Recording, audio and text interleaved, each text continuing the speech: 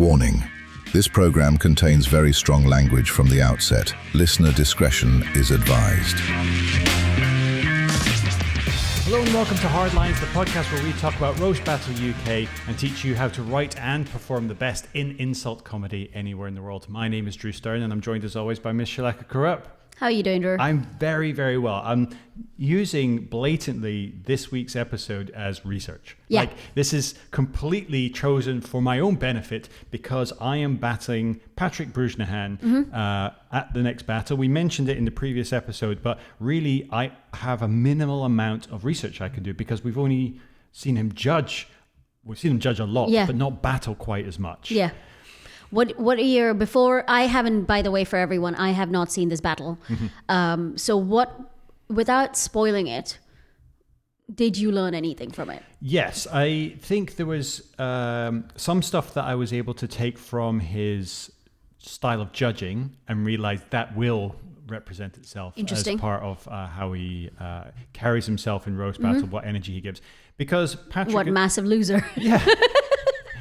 It's harsh, but it's fair. He's the one who mentions he can't see his kids and he owns multiple XL bullies. Well, and this is the thing. Which is also, by the way, all fabricated. Yeah, completely. This is the thing about an on-stage persona that he kind of crafts. Now, as I've mentioned before, when I first got to know Patrick, it was just purely through seeing him judge. And I thought you kind of assume that that's what the personality is going to be away from because you see someone like Adam Green, and Adam Green is very much the same person judging as he is. He carries that same energy, and I think I'm very similar. I think like Luke Hall's very, very similar. I think you're very similar.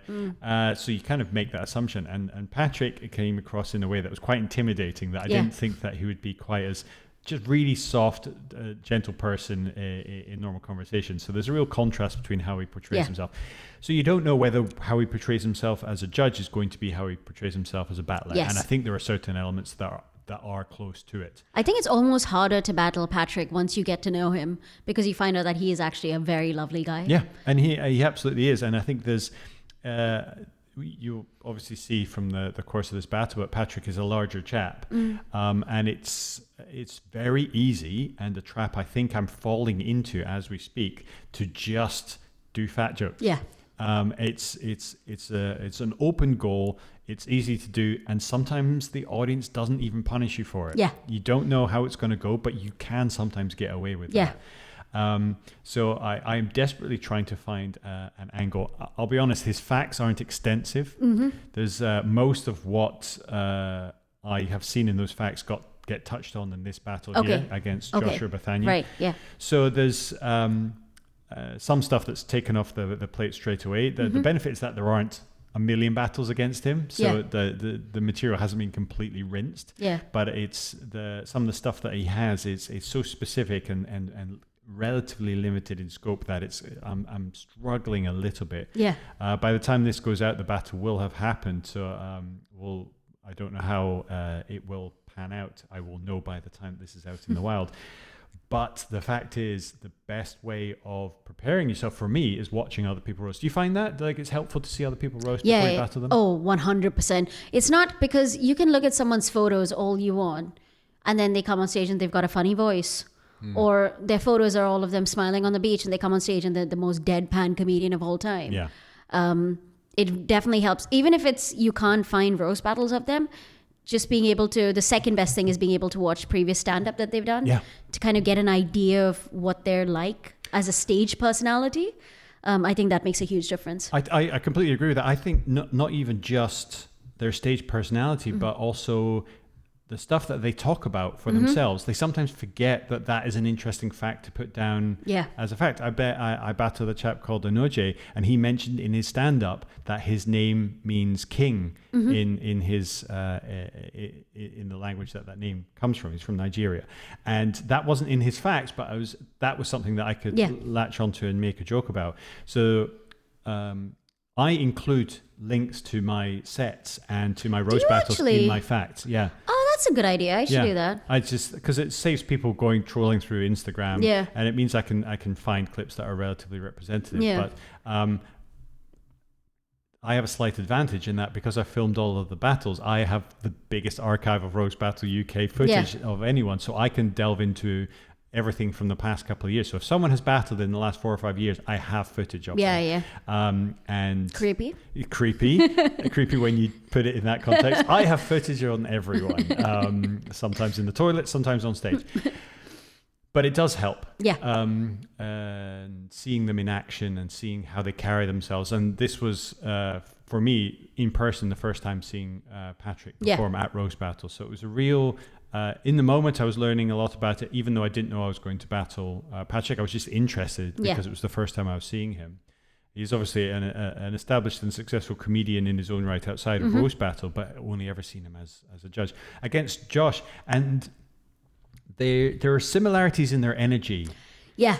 There's a darkness and a kind of... It's like the meeting group for men with depression. It's like a men's mental health meet up.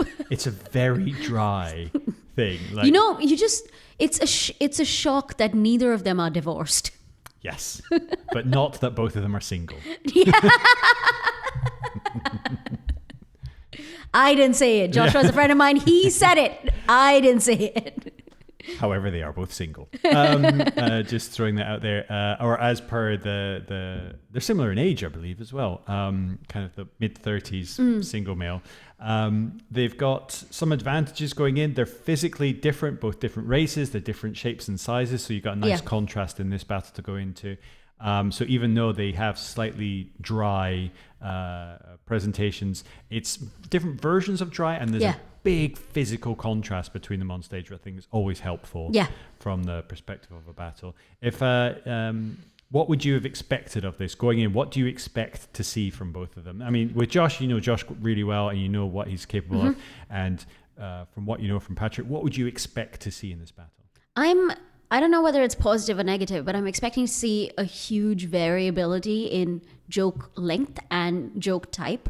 I think Josh is, again, I haven't seen this, so I'm expecting Josh to be more surreal and wordy. And I'm expecting Patrick to be very, very dark and mean. I think that you will see examples of that in Roast Battle without giving away too much. This one was again at the Big Belly. We are currently, I think, doing, I say we like I'm organizing it, but we, the culture of Roast Battle, are there once a month at the moment. It's a great show. You should come down. Yeah, it's usually on a Saturday now when it's at the Big Belly. Again, tickets for the show are available at roastbattle.co.uk/tickets. The last Saturday of the month, currently they are at Big Belly. The show starts at 10:30, Big Belly, which is near Waterloo in London. Brilliant club, and we'd love to see more people there on a Saturday night. So have a look at tickets there. Look clearly where the event is when you buy tickets, so you don't go to the wrong venue. It's either at the Bill Murray for the Angel Comedy Club in Angel or Big Belly at Waterloo. Both are fantastic shows. This is Big Belly. David is emceeing on the night. This was something that a lot of us were very excited to see. The comedians in the room were very excited to see this battle. Callum was Callum Ross, the organizer of Roast Battle UK, who was privy to some of Patrick's jokes, was just like behind me going, wait till you hear some of these jokes. Okay, nice. He was super excited. I'm excited now. Right, so let's give it a go. This is Joshua Bethania versus Patrick Brusnahan, round number 1. Last battle, but I think certainly at least me and one of the other judges have been waiting for this one. This is Ben, have you been waiting for this one as well? This is going to be a fun one. Yeah, one of these two men is my natural father, and I want to find out who it is. So the battle is between Joshua Bethania and Patrick Brusnahan. Last time, let's get that chant going. Battle, battle, battle, battle, battle. Let's give it up for Pat Brusnahan and Joshua Bethania.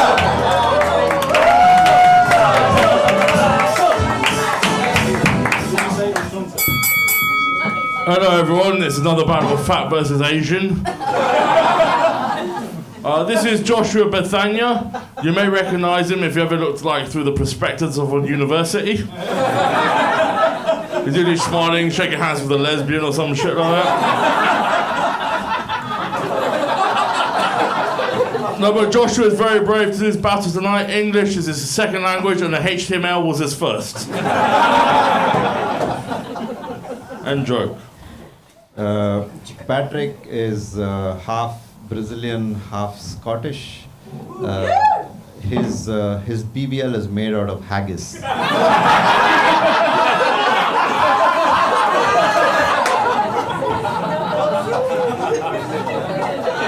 There you go. How uncharacteristically short that is for a Joshua Bethania joke. I was waiting. I felt like a mother, like a proud mother, being like, does he listen to this podcast? Has he told me to tell people to shut the fuck? Has he heard me telling people to shut the fuck up? Yeah, it was a one-liner and it works. BBL made out of haggis. I told you he was going to be surreal and weird, and he delivered. I genuinely would have never come up with that, but it's one of those things. Once you hear it, you're like, that's great. That's a great combination. Yeah. Until that joke, I didn't know that Patrick Brusnahan was Brazilian. Yeah. Yeah, who would have thought a man called Patrick Brusnahan was Brazilian? Yeah, I know. Who looks like that. Yeah. This is it. Like, I feel like I can preview some of the jokes that I'm working on, because by the time this goes out, we will have had our battle. And the angle I'm thinking of is that his mum is Brazilian. And by the balance of genetics, I can only imagine that he has 22 Scottish dads. Yeah, nice. Yeah. Didn't get a laugh, but a nod of approval. Because it took me a second. Yeah. To realize it was a DNA joke. Yeah. Yeah. Okay. No, I'm not smart enough for that. No. Okay. No. Thing is, if it doesn't get a laugh, it's not funny. Again, this episode should just be about us looking at this roast battle. I'm using it as research, so I'm going to be pitching Shalaka jokes as we go.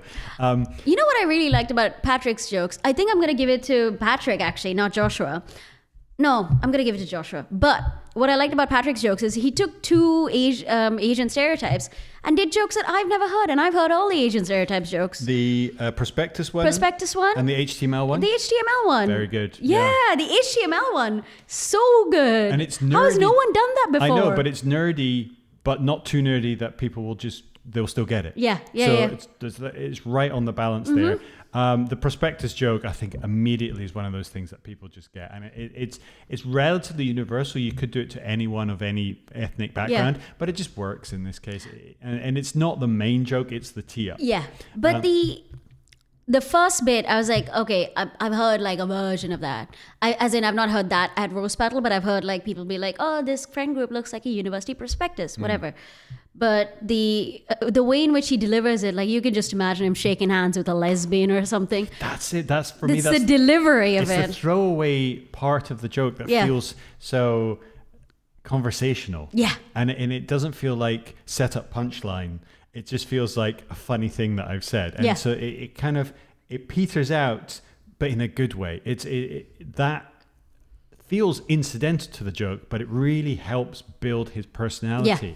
So it's throwaway, but it's actually really not. Yeah. And the little end of joke at the end. End joke. Oh, so funny. So funny. Actually, you know what? I'm going to change again. I'm going to give it to Patrick. I mean, this is yo-yoing back and forth. I would find it hard to call on this. So I'll let you give the point there to Patrick. I'm going to say 1-1 actually at this one. So I think I'm going to be fair. So you're going to... We're going back to a tie. So it's a tie so far going in. They're going toe to toe. I think especially because Patrick went first, he has that kind of jab, jab, jab, jab, and then there's one big counter punch from Josh. So it does feel balanced at this stage. Right. Yeah. Let's move on to round 2. There are 1 billion people in India, and not one of them likes Josh.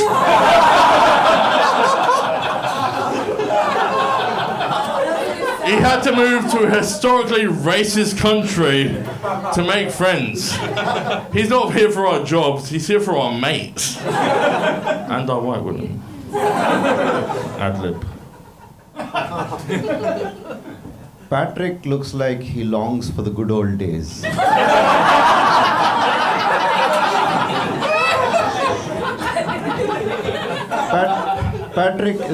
Patrick is both the man and the bear in the man and bear conversation.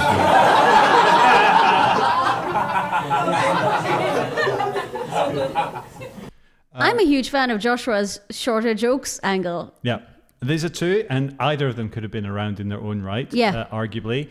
He gets away because the second one also lands. Yeah. But that first one, the good old days, I think has enough to stand on its own 2 feet. I think also it came at the perfect time, just after Patrick was like, he came to a historically racist country. Yeah. Again, Patrick's done that thing where he's taken a stereotype that I've heard at roast battle 100 times, which is they're here to steal your jobs.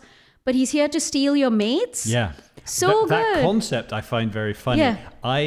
Where I get irked is that we've talked about the maths of a joke not working. Yeah. And so there are a billion people in India who don't like him. So he's come over here to a country where we also won't like him to find friends. Like, what would the motivation be to come here to find? Why would you come to a place that's racist? So for me, I'm dwelling on that and not enjoying the joke because the maths of it doesn't make sense to me. But the audience doesn't care, so that works. Yeah. As a joke. My opinion about it is immaterial. The audience loves it. I think because the parts are there and they match it up in a way that makes sense to them. Yeah. But for me, the bit I love is it's almost under the laugh where he goes, he's not here for our jobs, he's here for our mates. And then as the laugh is there, he goes, and our white women. I missed that. He says, and our white women, ad-lib. That's so funny. Yeah, this is not a favorable comparison, but it reminds me of Mike Myers. Again, this is the second Mike Myers reference that we've had on the podcast, but Mike Myers in Goldmember, where he'll say, and that's the way, I like it. Casey and the Sunshine Band. Casey and the Sunshine Band, like just as a reference of what he's just said. Yeah. It feels like that kind of like element to it, and the fact it's the second time he's done it goes like end of joke, ad-lib. Yeah. And it's that really is throwaway because it's completely under the laugh. You missed it. I missed it. I'm sad I missed it. That sounds really funny. It was very funny. It was in the I heard it in the room and I thought that was very funny. Yeah. You can't normally when we record Roast Battle at Angel, I'm stood right next to the camera, which is one of the audio sources that I use. Yeah. So you can hear my laugh. It carries on there. It's not quite as distinct as yours, but I recognize my own laugh, so I can tell. I can't tell on this because you don't have a microphone anywhere near me, but I remember that little bit really tickling me. Yeah. Because again, it's that slight throwaway. Whether or not it was an ad-lib or not, I kind of believe it was in this case. Yeah. It's a nice little kicker, and the way he's structured his jokes, he can get away with those. Yeah. I'm going to give this one to Patrick just for this joke that I've now suddenly discovered. Well, fair enough, right? So it's leaning slightly, but again, the short, punchy jokes from Joshua, I think, really have to be admired. It is in real contrast to how he normally does his jokes. It's not to say that we might not return to that later in this battle. I also do like how he does his jokes, but I think his previous jokes were all huge swings, and now there are less swings but more hits. Yeah. And his previous things were the huge swings would really pay off. Yeah. But sometimes they really wouldn't. Which is how a huge swing works. He is very much the master of a long setup and then the sharpest short punch. Which is, as you say, is a gamble, but when it pays off really well. And few people can do it as well as he can. So it would be a shame not to see an incarnation of that. We will see if we encounter it as we go into round 3. What can I say about Josh that isn't already in Reform's manifesto?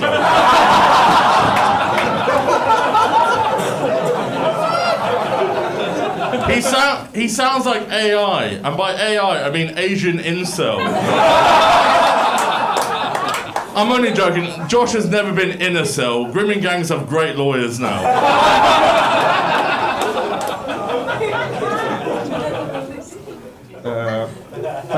Pat is half Brazilian, half Scottish. He's Bratish. That was a silly one. It's ironic he's got such a big back and named after something he's never got. Thank you, Ramesh Ranganathan. Right, what happened there? I don't know. The manifesto joke was very funny. The grooming gangs joke I was less a fan of. Yeah, I think just because it felt like such a stretch to get there. Yeah, and I think when he got to Asian incel, that was his jumping off point. I think that was as good as that round was going to get. The cell, never been in a cell. It goes on too long, and it's what you've referred to in the past as a reverse Mandela, a long walk to nowhere. Yeah.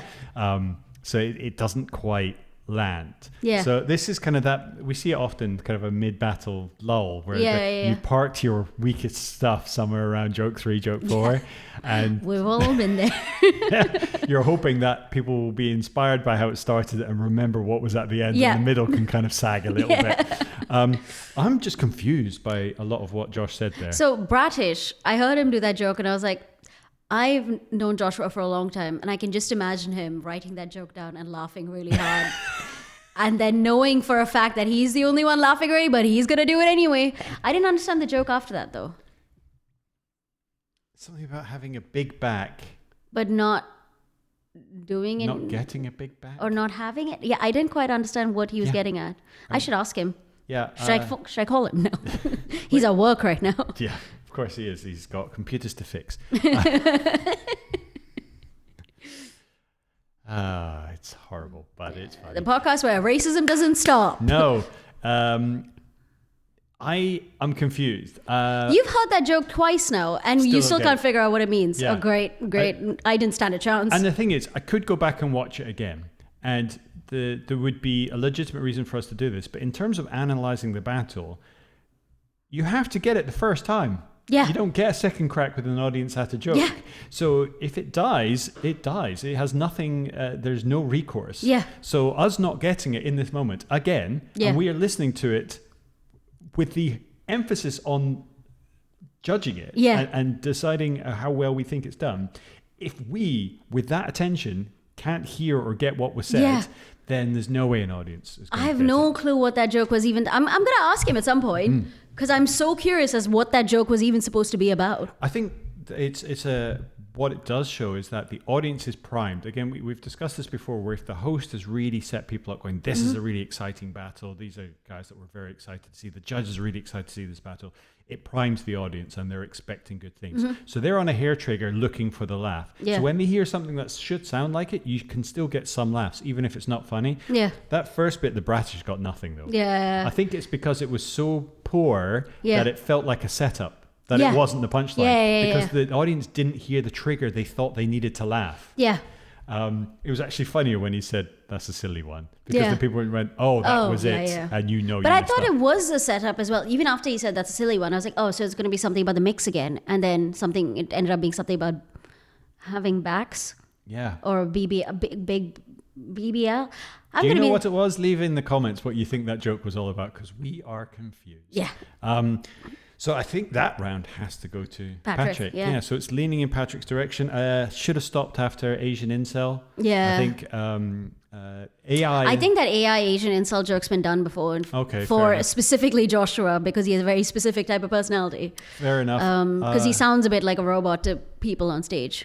Yeah, I think it works from that perspective. The AI, what AI can really stand for. I have as one of my facts that I got made redundant and replaced by AI, and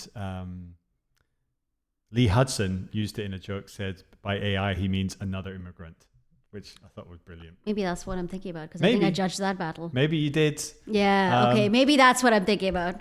Potentially. I hadn't heard this way of doing that joke before. Yeah, no, I think I'm thinking about that one. So it works from that perspective, but it was relatively not Patrick's strongest round so far, but stronger than what we heard from Josh there. So that one leans towards Patrick. Right, let's move on to round 4. No, Josh actually works in tech. He's the guy that recommends you turn it off and on again, off and on again, off and off.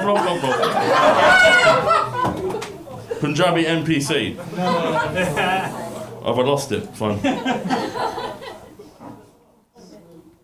You want that? Okay. Yeah. You're going to end at the racism. Cool. I'll go another one. Thank you for taking time away from Bikini Bottom.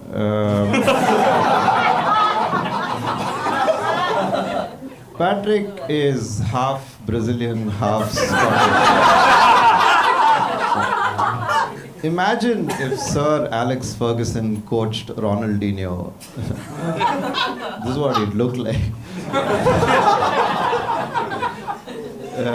He's scared of heights, but clearly not scared of weights.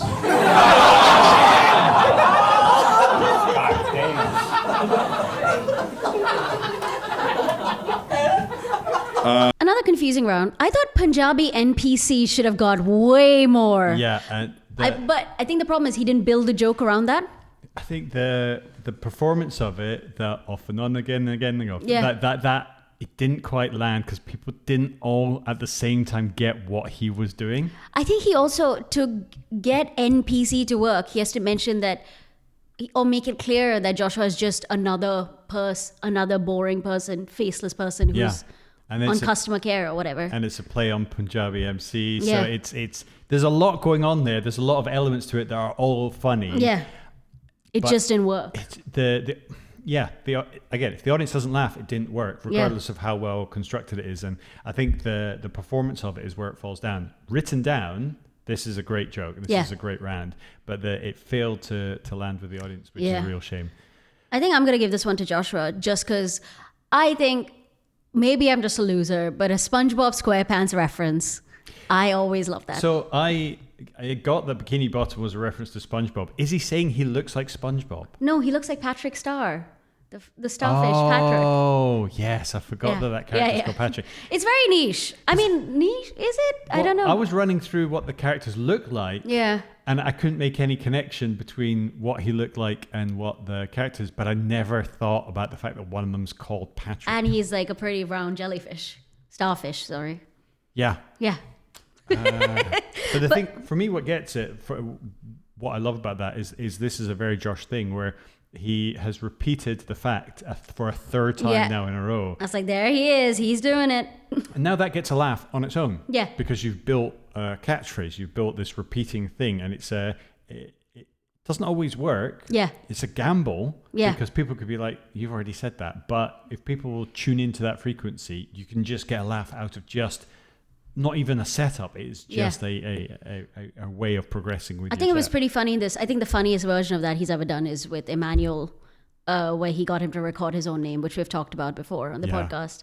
But I mean, it seems to be a pretty good strategy. I've seen it work more often than not. Yeah, well, it worked from here. So would you take this one back in Joshua's direction? I think so, yeah. Okay. So we're currently at 2-2. Yeah, very, very close indeed. Let's move on.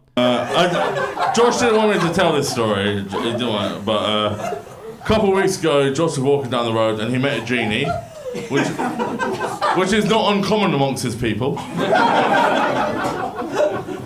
He met a genie and the genie granted him one wish. And Josh says, I wish everyone I hate would die. And the genie goes, I cannot kill people. So Josh said, I wish someone would love me. And the genie goes, okay, I'll bomb Pakistan.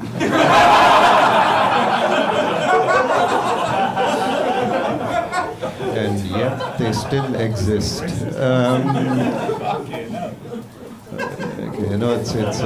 It's good to be here, Patrick, at his comedy club. That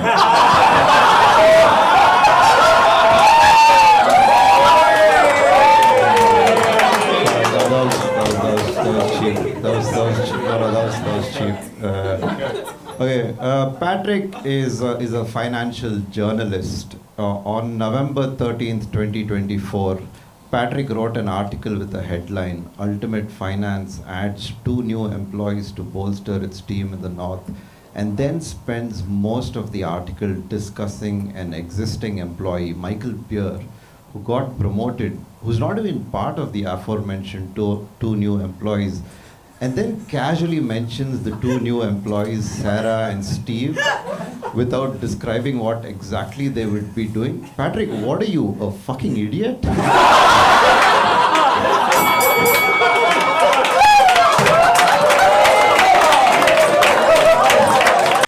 That is a very typical Joshua joke. round. I think it went really well in the room, and I think he'd built up a lot of goodwill from... How has nobody done that big belly joke against a person before? It was right there. I feel like we talked about my battle against Aziz, which was a couple of weeks after this, but we talked about it in the previous episode where he mentioned that I put weight on. Yeah. That was right there. Yeah. None of us noticed it at any point. His comedy club. Why has no one done that? That was fantastic. It's a perfect example of like when it's something that you feel like it was so obvious but no one's done, that's the genius of joke writing. Yeah. When you're the person that finds that thing that was right lying there the whole time. Yeah. But that alone, I think, was amazing. But what did you think of Patrick's genie in a bottle joke? So, common amongst his people, Aladdin is Middle Eastern. Mm-hmm. Joshua's from India. And you can't have an India-Pakistan joke after you've said that genies are from... Anyway, that's... You know what? I was fully prepared to hate that joke just on its... This is my version of the maths of the joke doesn't work. But so fucking good. He's taken what's a very old school joke format, like telling a long joke. A man walks into a bar. It's a traditional joke, but he does it so well. Like the whole, like, I asked a genie 2 questions. The first thing I asked for was this. Genie says no. So I asked for a more impossible thing. So good. Yeah. It made me laugh out loud. I'm going to have to get this round to Patrick. That was the joke that Callum was super excited about hearing. And that it got a laugh, and it sounds pretty good on here. Callum was really angry that it didn't get more. I think it should have got more. Yeah, I think it's right. I would say in his defense about the Indian Middle Eastern thing, if you've seen the Disney live action remake, they did cast Indian people to play Middle Eastern people. Great. You know what? That fixes it. Yeah. So, you're just all brown, right? My controversial bit, not controversial. I actually think that joke would have landed better if he'd not confused Middle Eastern and Indian people, made everyone think that Joshua's Middle Eastern, and then make an India-Pakistan joke. Yeah. But maybe people aren't thinking about stuff like that as much as I am. Honestly, like the fact that the entire ethnicity was wrong never even occurred to me until you said that. And classic Drew. Now I feel bad. And you argued over the maths of a joke about, what was it? A couple of... Well, the maths of 1 billion people, or how many people are in it. You argued about numbers. Yeah. But you don't see color. Again, I'm the kind of person who sells a Rubik's Cube on a podcast. So that's where my mind is. Well, again, talking about the maths of a joke, he has this whole thing about if Ronaldinho was coached by Alex Ferguson. What does that mean? Well, why would that mean he looked like Patrick? Why would that change what Ronaldinho looks like? I don't know. I was like, what? He's taken a person who is Brazilian, being trained by a person who is Scottish. Who is transforming into Patrick Brusnahan in this? He could have just fixed that joke with an easy... If instead of training him, Alex Ferguson transitioned him. Yeah, or if they merged, or if something. If Alex Ferguson and Ronaldinho had a baby. It's not a great joke, but at least it makes sense. Yeah, and that baby eat 100 hamburgers a day. There we go. Something that ties it together. So that one I've written down. Maths. The maths of it didn't make sense. I didn't understand maybe I'm just stupid, but I didn't understand. I saw I got a good reaction. Are you a fucking idiot? It's just a funny thing to say at roast battle. Yes. But I didn't understand the article bit. So that he didn't mention what jobs they were doing. No, so and this is the second time that I've heard the joke, so it's slightly easier for me to interpret this. But the maths of the joke is the article that and this is all real. Joshua does his research on these things. He's gone as far as reading people's theses and poking holes in them for jokes. He is dedicated to the craft. But the article that Patrick wrote had in its headline about this company hiring person A and person B. And then the majority of the article is actually talking about person C. Right, okay. And then he says, what are you, a fucking idiot? I see, fine. Which the only reason that works for me is that he spent so much time very legitimately critiquing the structure, like an editor might. Yeah. And then just ending it with like, what are you, a fucking idiot? Like that contrast, it's a very Josh thing to do. Yeah. I really like it. It got a reaction in the room. Again, they're on a hair trigger to laugh. They want to laugh. And then they hear something like, are you a fucking idiot? After that long stretch of a fairly serious prose. So I think that's why the audience responds to that. I think they forget about the poorly constructed football joke. Yeah. Which also not all of them will have got. Yeah. I mean, I didn't. Yeah. So I don't think you did either. Oh, well, I know the constituent parts. I know who Ronaldinho is. Oh, yeah. I know who Alex Ferguson is. I mean, against my will, I do know who those two people are. I get what he's trying. I'm just saying it's incorrect. The maths, it doesn't add up. And for an Asian person, I would expect the maths to add up. That's that 5 or 6 on the racism count. Punjabi NPC. We're right up there. Right, so you've heard what we had to say on the matter, but shall we see what the judges had to say on the night? I'd be interested to see. See if they agree, whether they push it one way or the other. We think it's potentially quite close, but we'll see how the judges voted. Yeah. That was everything I wanted it to be. That was beautiful. I think that was... Now, a lot of people in here wouldn't really have seen roast battle before. That was a fucking masterclass. That was so much fun. All right, Valeria, you got the mic. Let's go for it. Let's hear what you got to say. I was really surprised to find out that you are half Brazilian and half Scottish. That was interesting. So was my dad. That was better than everyone gave her credit for. Yeah, no. It was a very, very close one for me, but very fun. And but I think by a narrow margin, I'm gonna give it to Joshua. There you go. That is her judging all night was in that kind of her persona and character, very deadpan. Yeah. And I fell foul of it in my battle that same evening. And she was there to put on a good show, not necessarily as in-depth in analysis, but that felt like a relatively fair, straightforward analysis of what happened. Yeah, what was his ad-lib when she said, I was surprised? He said, so was my dad. Which is so good. Yeah, why does he mumble so much? Yeah, I mean, if you're going to mumble, do it directly into the microphone so people can hear you. Yeah. He's a half step behind, so we're picking this up on ambient mic. So I think he throws away little lines like this, like candy. Like you should like embrace them a little bit more. But that was his persona on stage. Like it is a bit more doer, a little more kind of pulled back, so it fits in with that, but he's leaving money on the table there. That's a strong line and lots of throwaway things that work better down the barrel of a microphone rather than just mumbled at the back of a room. But so far it's 1-0 to Joshua. Let's move on to former UK champion, I believe, Ben Clover. Mm-hmm. Okay, so we've got 1 for Joshua. Ben. Ladies and gentlemen, give it up for the last fucking battle. It was amazing. One of these people don't realise when you do a roast battle is that you get given some facts about the other person, and then what you realise is you walk around London and there's just someone else walking around London who's obsessed with thinking the worst possible things they can fucking think about you. And sometimes that involves like someone coming up with a real fucking deep cut about your career 2 years ago. Going to extraordinary detail. That and the big belly thing was absolutely amazing. Kind of like, I mean, I enjoyed it visually. It really reminded me of school. It was like watching a fight between the woodwork teacher and the IT technician. You can tell who's who. But just for like, you know, that was so good, so strong. But for sheer sort of like consistency, I'll give it to Patrick. Lee Hudson, the deciding vote. I love Ben Clover. I think he's incredibly funny as a judge or as a battler himself.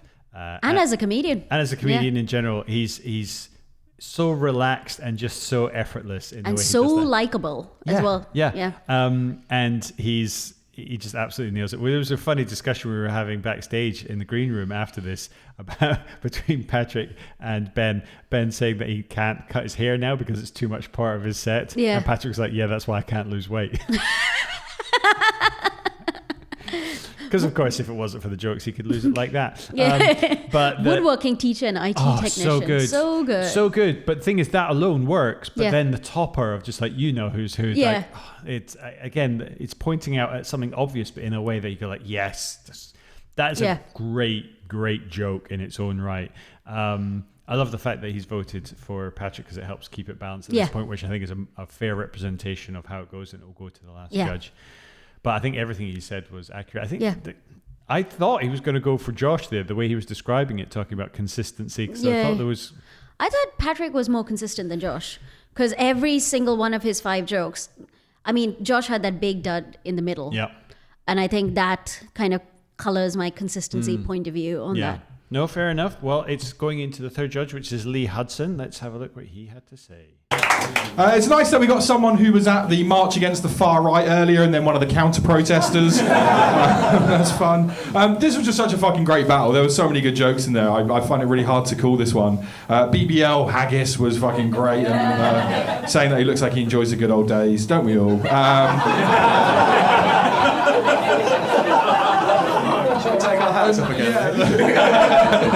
And then the weights joke, and then just the pulling up his old article was fucking great. But then like Patrick came out strong. The uni prospectus joke was great. The billion people hating Josh in India was great. The reform manifesto joke, the NSL one.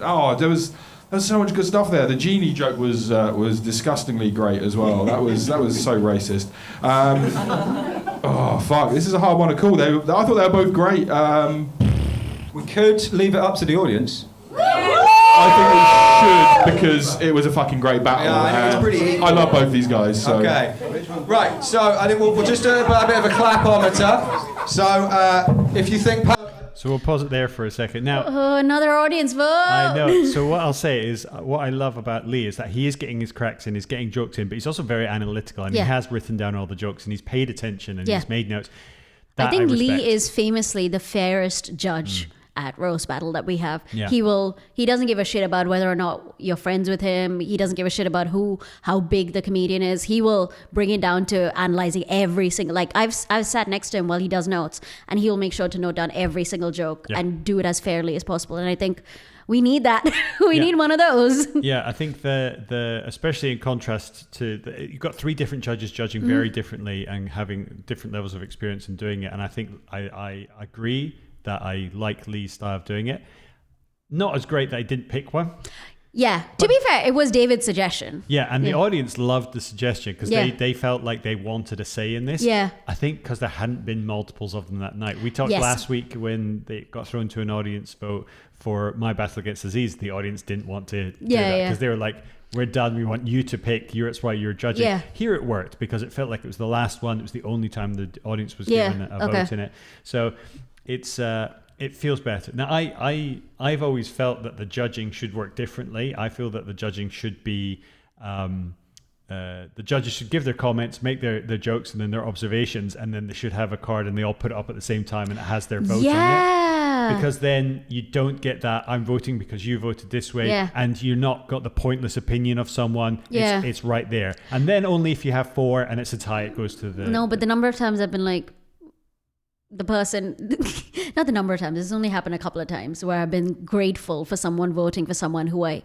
actively dislike. Yeah. But they've just been the better battler. But the other person's been not as good, but good enough that I can kind of throw away my vote being like, well, I don't think it's fair to have you lose. Yeah. There is that. You get the consolation It's a lot of pressure prize. on the judges to... Yeah, a little bit, but I think in terms of, I think it makes a better show. I agree. So it's my suggestion. There was some talk about Callum not being able to do a couple of the shows, and I might be able to take over for a couple of weeks. I might suggest that we try it out one week and see if it works. But I think we'd avoid this on 3 judges, but sometimes we have 4 judges. Yeah. We could still go. There is drama in an audience vote. It's not always fair because you can pack the house out with your friends. Yeah. But the audience is definitely not taking notes. They're not scoring. Yeah. They're just whatever joke they can, whatever vibe they felt. It's a lot more. I mean, I've won an audience vote just because I've been more likable on stage before, and I know that for a fact. I've only ever lost audience votes because I am not. So it's I've never won an audience vote, I think, and it's I'm not a big fan of them for that reason. Yeah, fair. So let's see how the audience voted. So I'm not a fan of them because I'm like, but they aren't fucking experts. They're here to do a show. Yeah, that's the thing. The audience is there to laugh. The judges are there to judge, and you use the audience as a guide. Yeah, So I mean, they do have a vote. I've done roast battles before where it's not been some of my favorite jokes, but it's made the audience laugh more. And at the end of the day, you're putting on a show, so you are counting the audience. The audience laughter is their vote. That's 100% correct. That is absolutely right. And the judges should be swayed by that, because whether you think technically a joke is good is a valid input, but the success of a joke is measured on how much it's laughed at in the room. So that has to be part of it. But this has more literally gone down to an audience vote. They're getting a literal vote in this one. So let's see which way this audience goes. Are they fat phobic or racist? Patrick won. Give me a big round of applause. If you think Joshua won, give us a big round of applause. Let's give him a argue about your winner, Joshua Bethania again. Ladies and gentlemen, that has been roast. Fat phobic. fat phobic. There you go. We're progressing as a society one step at a time. Yeah, let the fatties out. No, sorry. We've that I feel overcome really racism, but we're still body shaming people. No, I think that is the audience responding to the joke that they remember best, and that whatever made them laugh in the moment that they've assigned to that person, or the opposite, where they felt the biggest dud and attributed to that to someone. It's hard to say what an audience is responding to. I think it's the last thing that's in their memory, which is the last round, and whoever performed better, and Joshua did perform better in that last round, which is also the hack that people have when they do roast battle. If you want to win a battle and you're nervous about it, you ask to go on second and put your best joke last, and then you're the last person that's had a big laugh, and if it goes down to an audience vote,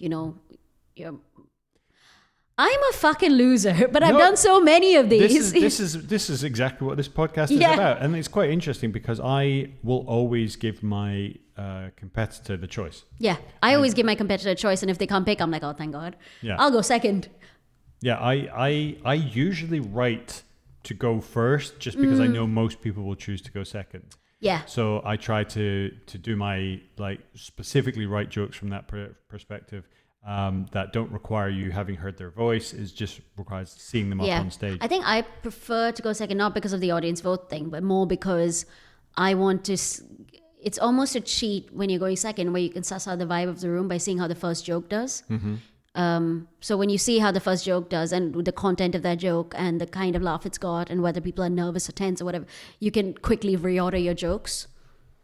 I would add to that this kind of white guy arrogance that I have. I like to go first because I like to get the audience laughing, and then I like to get the audience started. I'll do one of my best jokes first, right? Because I know I'll get the audience. Because I know if the audience laughs at the first person's first joke, the whole battle for both of us will be better. Yeah, you're a lot more selfless than I am. I'm like, well, if they bomb, I'm gonna recover it. That's it. It's. The thing is that even if you can recover it, that's brilliant. Yeah. I don't think I'm as good at digging a show out of a hole, but I'm better at teeing it up than digging it out of a hole. So I will give us a strong start, and then I will take whatever comes next, and I will be the penultimate joke as opposed to the last one. So it's